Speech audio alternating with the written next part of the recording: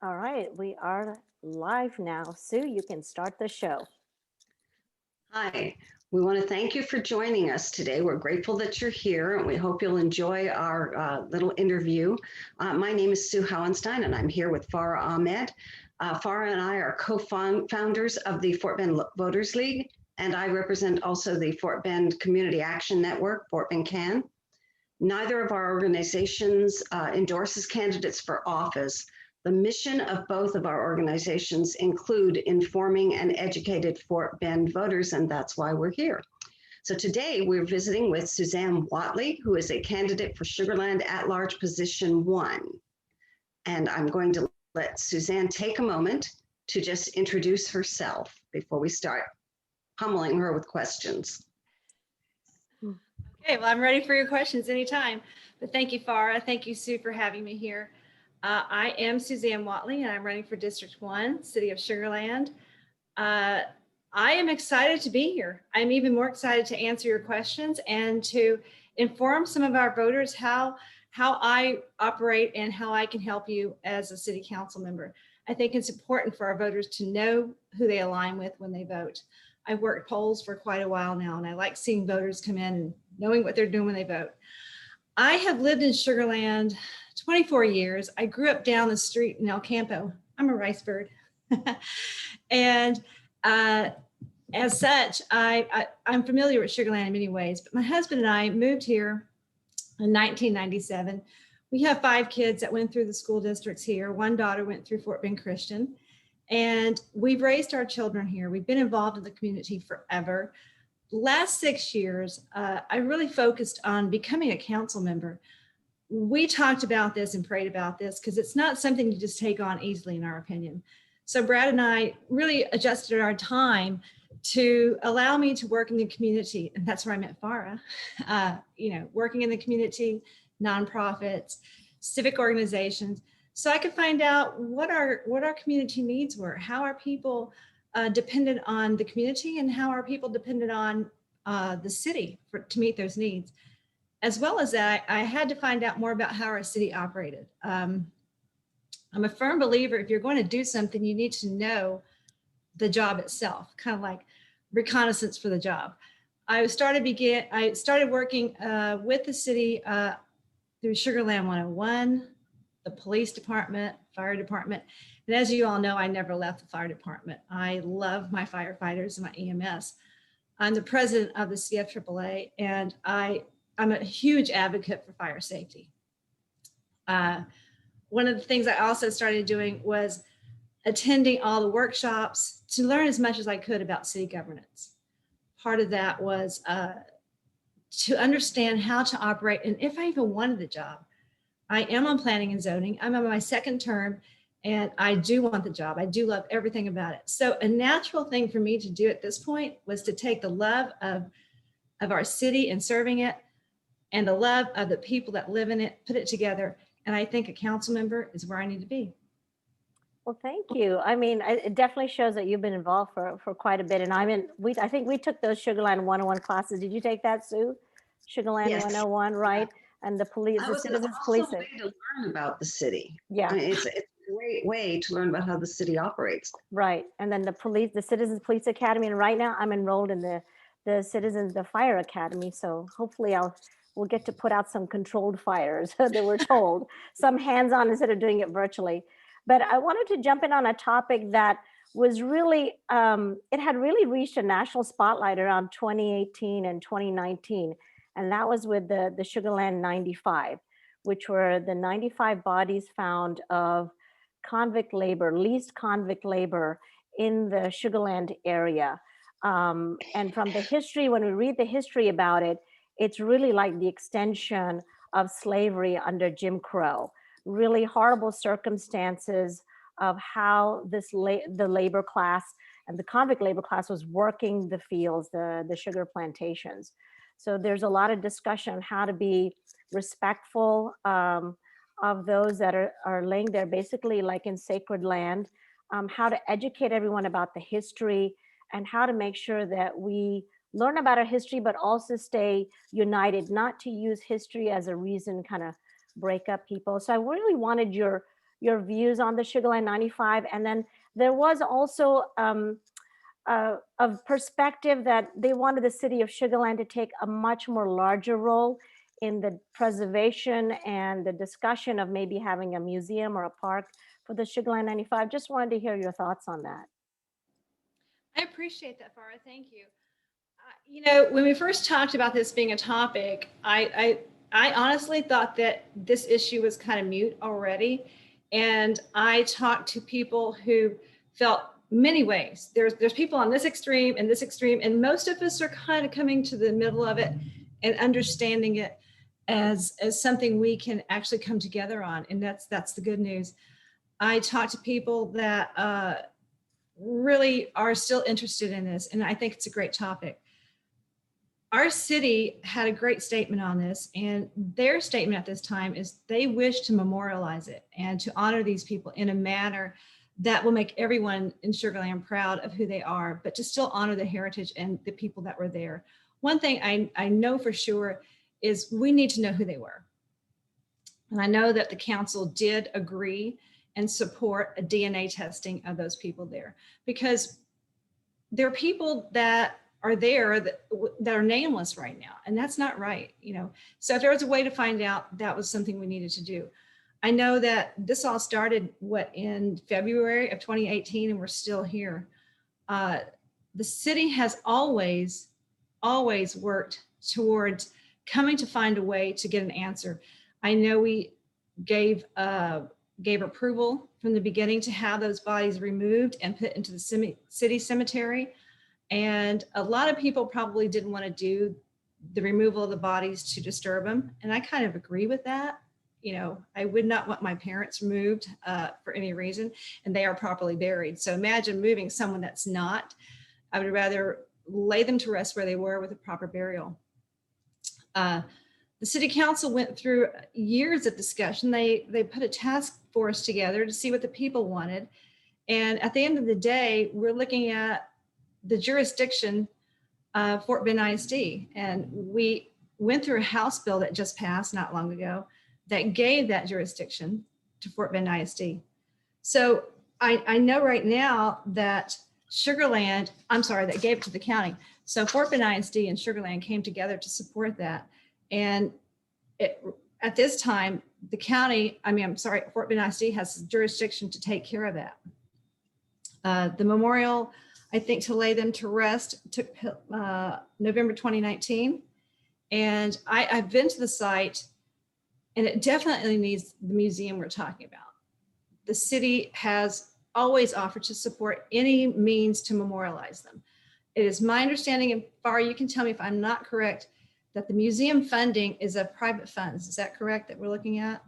Yes, I think that, and there might be some, obviously there's national fundraising and there's national focus, but I think what citizens wanted to know is, like, if you're approached by citizens of Sugar Land, I mean, would you be supportive of the city being a stakeholder in the discussion of the future development of that area for educational purposes, whether it's a park or a museum? I think that's what people want to know in terms of the direction of city council. Absolutely. Well, the answer to that is absolutely, because the city does have a stakeholder in it as far as understanding. It's in the city. Yeah. So, and while we don't have jurisdiction to make any motions to change things as they are, we definitely have the ability to support it and to move it forward. Absolutely. Right. Thank you. And I think the city's always been supportive of having a memorial there, to have something more to bring dedication. And the one thing I think we all agree on is what happened there needs to be told in history, and there needs to be some history there to tell it. The museum offers that. It does two things. It memorializes it. It gives credence to what happened there, and it lays those bodies to rest. It gives them the proper burial, and it teaches history in our students going forward. So yes, that's an answer for yes. Thank you for your response. Thank you. Now we kind of want to change the subject. As you no doubt remember, Fort Bend County and the Southwest region recently suffered from an unprecedented weather event. At the same time that the region suffered sub-freezing temperatures for days on end. At the same time, many of us were double whammied by electrical outages and water cutoffs. There was no water. So can you tell us how prepared you felt the city of Sugar Land was to handle all of this? And perhaps, well, what do you think about their response? I mean, how do you feel it was handled? Would you have done anything differently? Are there suggestions you can make for future catastrophic events? First of all, I wish I knew in advance what those were going to be. And I think therein lies the problem. We have no idea what's coming forward. And this was something that was such a major catastrophic event. We had no way to know how to prepare for it. The good news is we do now. And one of the things our city always does is they learn from their mistakes or the things that happened. Were there mistakes? I think the city responded as best they could under the circumstance. Absolutely.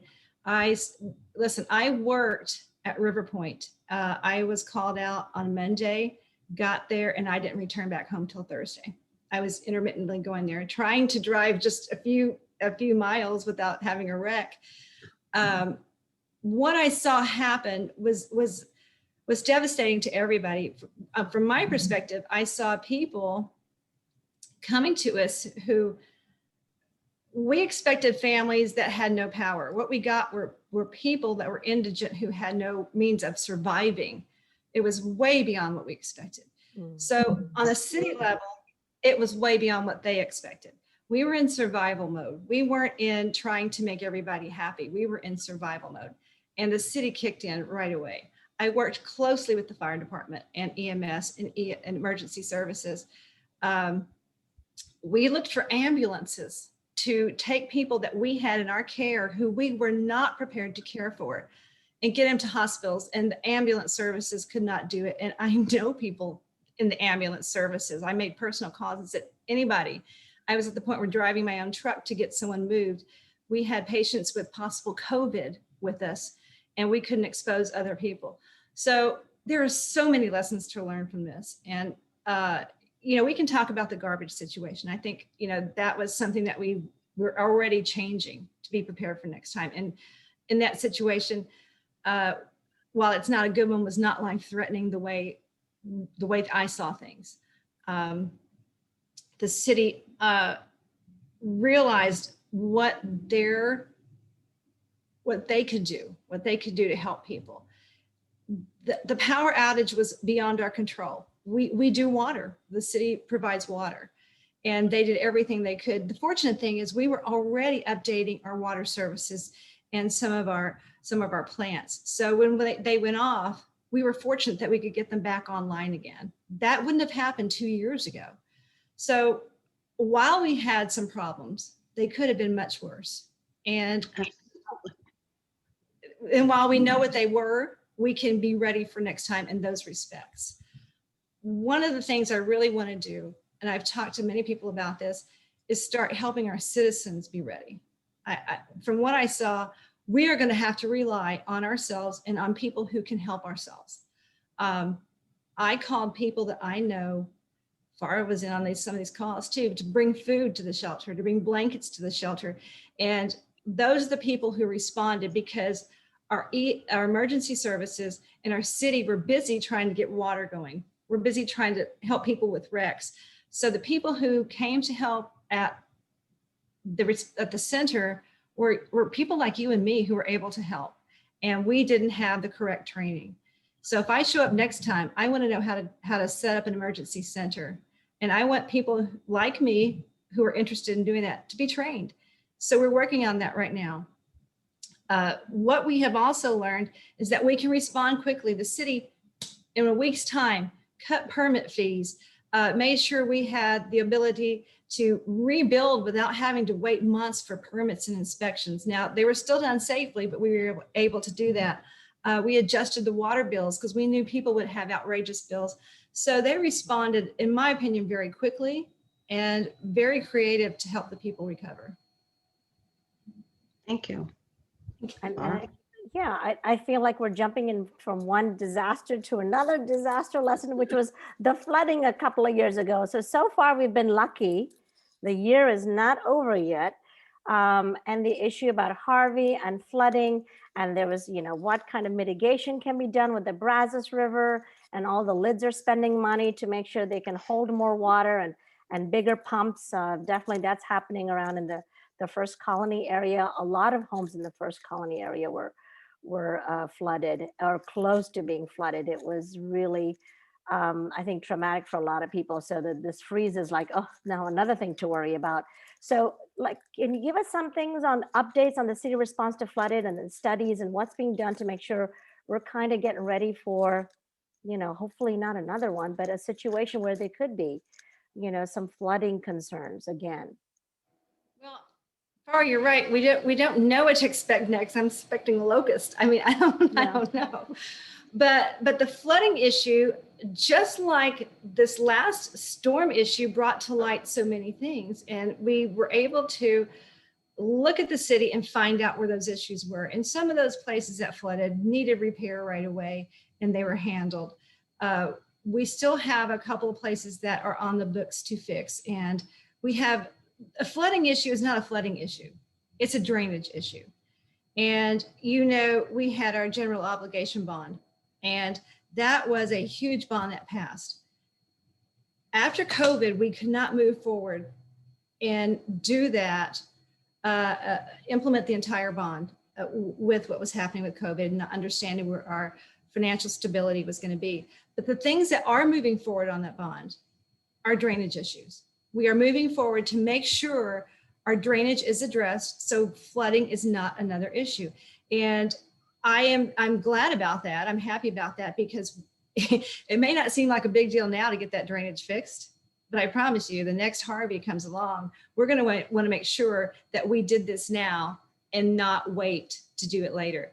We only have a few more drainage issues to fix. And I think one of the things that the city does very, very well is they tell you exactly what's going on with those projects. If you go to their website, there's an interactive map that tells you where we are in every one of those projects.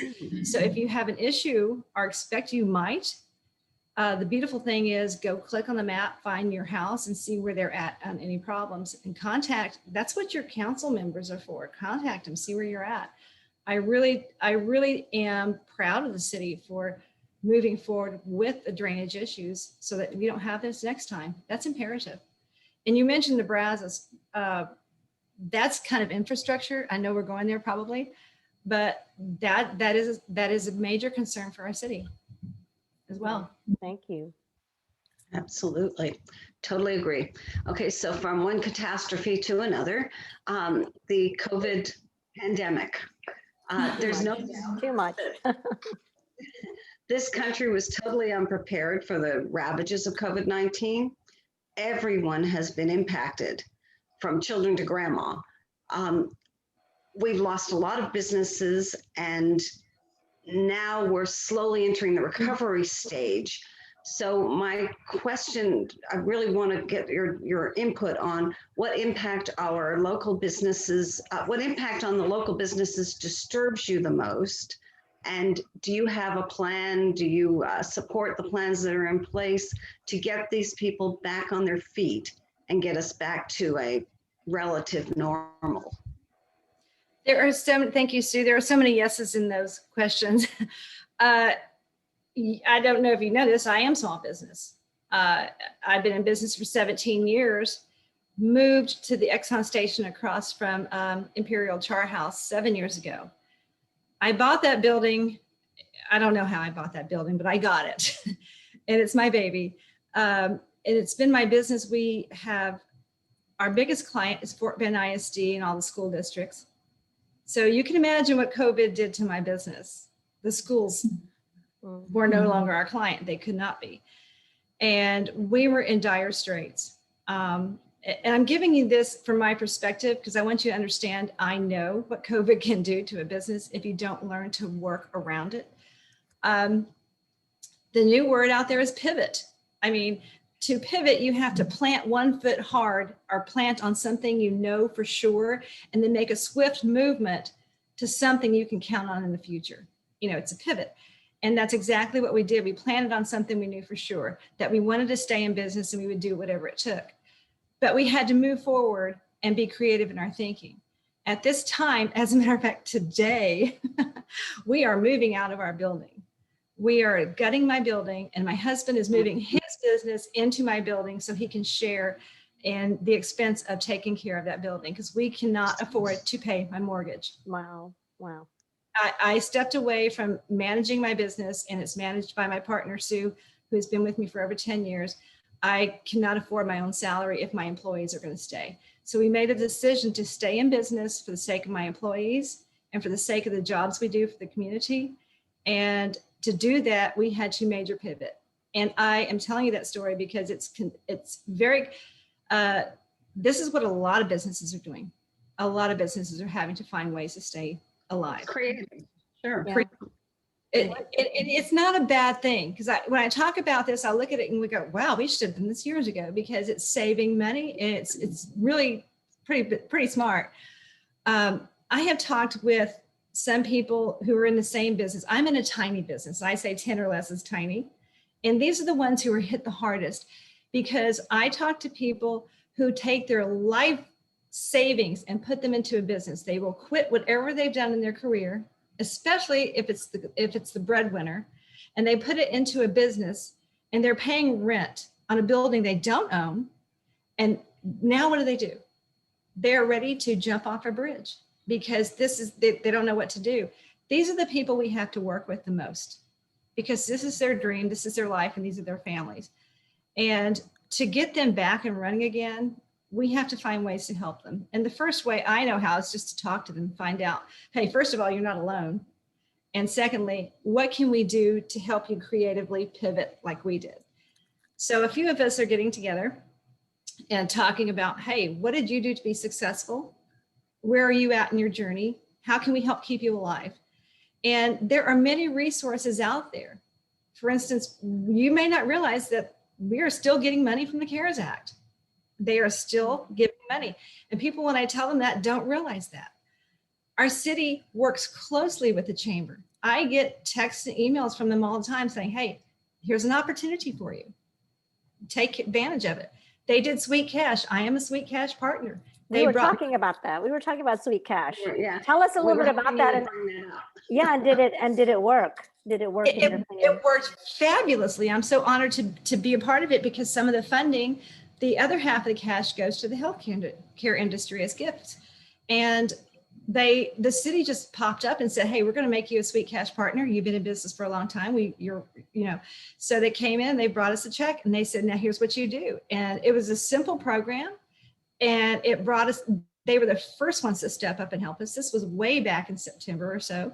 And it brought business back in, and it helped us to regain some of the customers' trust that we were able to help them and open up. And even then, we were just, one person was in the store at a time, and we were operating enough to do that. And helping me as a screen printer was great. I'm sure it helped the restaurants a whole lot more, because they were able to function within those premises a lot better than I was. So they did Sweet Summer. Was it Sweet Summer also? Yes. Our city's always coming up with great ideas to help us. And they didn't only do that, they sponsored workshops, and they sponsored all kinds of different conferences online and Zoom to help us. They partnered with the Fort Bend Chamber to help us learn so much about our opportunities and how to survive. On a bigger scale, our city's working hard to bring big business back here, not just new business, but to retain the business that's here. We're still growing. We haven't stopped. We put some things on hold, but let me tell you, we have letters of intent on big businesses coming in. We're still growing. I work on planning and zoning. I'm a commissioner for the city, second term planning and zoning. And we have things coming across my desk or across the DS to really improve our city. And we're not stopping. We're still growing. So there's a lot of economic coming in, a lot of economic development still coming in. It's not as dire as it should be or could be. We prepared well for this. It's reassuring to hear. Yeah, I'm excited. I can see things coming back to life in Town Square. I have an office there, so it's getting better. It's not quite there where it should be, but it's getting there. I wanted to ask, we so much emphasize about citizens being involved in their city, being informed. and then the city is making it very easy for you to get information, especially with technology, social media and things like that. What would be like your top 3 things that you would tell a citizen saying, you need to do these 3 things to be in touch or be informed about what the city is doing? Do you have any suggestions for citizens like that so they are truly take advantage of being in this wonderful city? I'm smiling because I love this question. We just had a discussion about this. So I work closely with the fire department as their president for the CFAAA, and I'll say it again, Citizens Fire Academy Alumni Association. It's just so much to say. I try to cut it down. We talk about how to reach out to our citizens all the time to help them become more aware of what our firefighters do, our EMS does. And on that same level, the city tries to reach out to their citizens to keep them aware.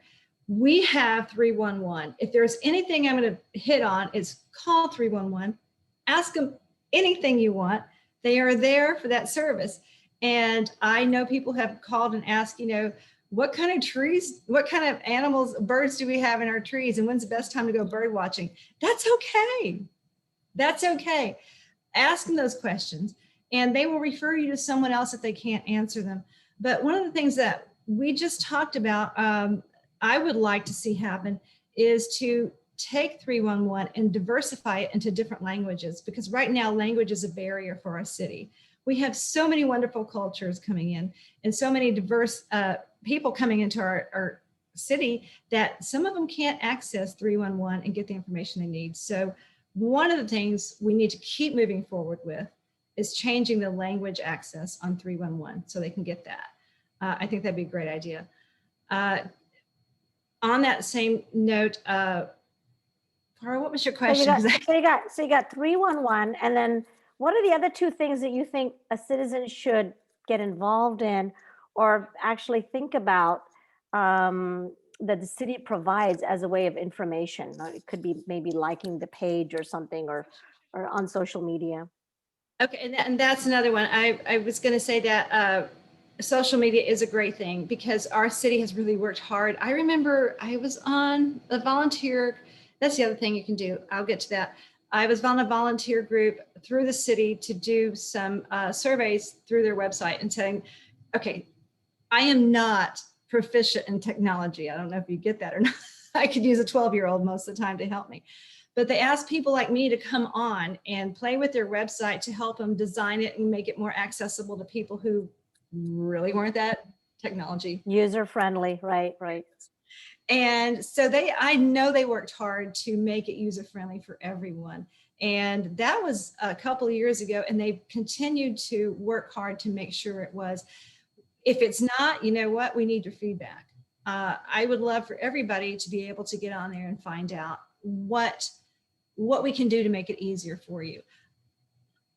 And preparing for this campaign and during this campaign, it has been an invaluable tool for me to go to the city website. And when you click on links, you're going, oh my gosh, I didn't know that was there. And I could spend hours finding information on our own website that I didn't know it was there. So go play with it and figure out things. One of the things I think you'll love is, and you may know this too, Sue Farah, the mobility plan is out there. And it talks about what's going on right now. And I am so excited about the mobility plan and what it's bringing to our city. And you have time right now to put your input. Go in there and tell them what you want to see in the mobility plan. We have a task force asking us, hey, what do you want in our city? When you want walking trails, biking trails, do you walk to work? Do you walk to do this? Go answer those questions. They're there for you. And I'm assuming they've made it really convenient that it's on your smartphone, the smartphone app that you can follow what's happening in the city too. I appreciate that. Thank you. Yes. Oh, Sue, you muted yourself. There we go. We'll get a water break. Okay. Water break. Suzanne, it's really been a pleasure getting to spend a few minutes with you and getting to know you a little better and your thoughts on the city.